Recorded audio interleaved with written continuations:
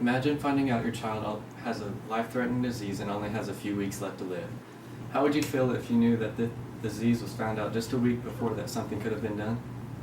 What if there was a mandatory newborn screening that could have prevented this?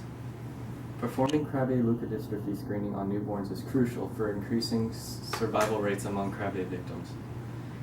Imagine being able to save your child's life just by having a regular screening done.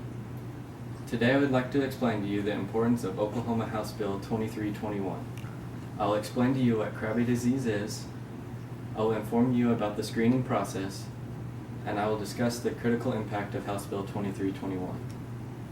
Krabbe leukodystrophy is a rare and usually deadly disorder that affects the nervous system. Krabbe disease is a disorder caused by a genetic mutation. April Kashengarbut, a writer for News Medical, stated in 2012 that the mutation results in a shortage of an important enzyme that your body needs called GALC, short for galactosylceramidase. Your body needs GALC to make and maintain myelin. Myelin is a substance that surrounds and helps protect your nerves.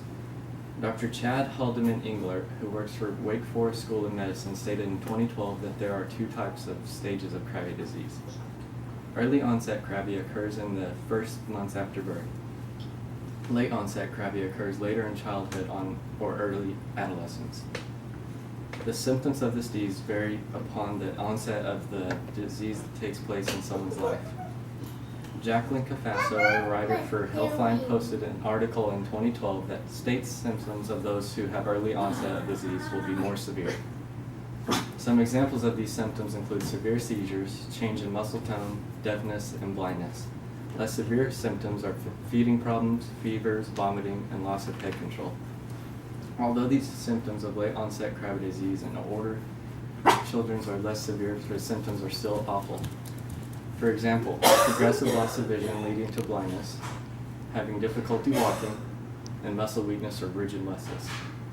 As you can tell, this is a serious disease, but there are ways to lessen the severity of the symptoms if caught at an early stage.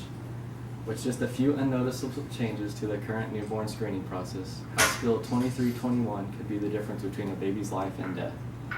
This legislation would only require the state to perform testing on the same blood sample. Newborn screening looks for serious developmental, genetic, and metabolic disorders that could not otherwise be detected. Newborn screening does not diagnose disease, but it can determine if a baby will need additional testing performed. Although all diseases treated during newborn screenings are rare, they are only treatable if caught at an early stage. Dr. Boyle, a director at the CDC for Birth Defects and Developmental Diseases, stated in 2012 that identifying a newborn with sickle cell disease right away is important because they can begin taking daily doses of penicillin and prevent serious problems.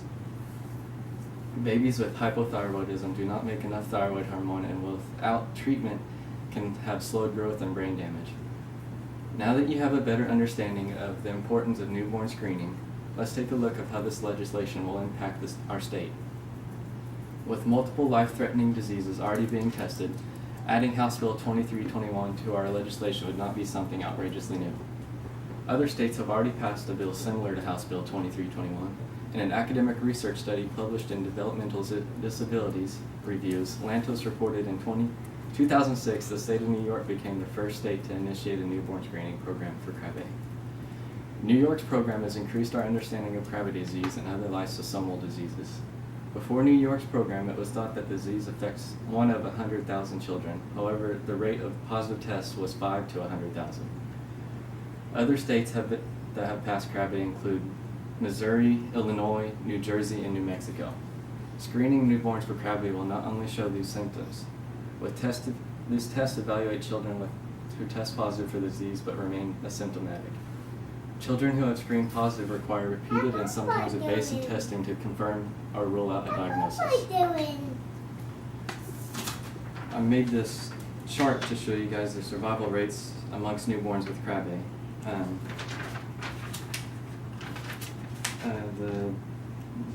The bottom line is untreated control group with those who haven't had surgery to help prevent or save the newborn's life. The second line is symptomatic infants after surgery, and this top line is asymptomatic newborns. Asymptomatic newborns aren't usually affected by the disease because they're not expressing the symptoms that can kill someone. And we'll pass this around so everyone can get a better look at it. As you can see, requiring birthing facilities to screen for Krabbe is crucial to increasing the survival rates of infants with this disease. Today we briefly discussed Oklahoma House Bill 2321 and its impact on newborns. I've told you about how horrifying Krabbe disease can be. I've explained to you the screening process that birthing facilities must perform, and I've explained the life-saving impact of the House Bill 2321. I hope that you now have a better understanding of why it is crucial that House Bill 2321 becomes a permanent part of Oklahoma legislation. Rather than sit around and letting this bill become unnoticed, call your district state's representative and express to them why it is important to have them support House Bill 2321 because it could result in the saving of many children's lives.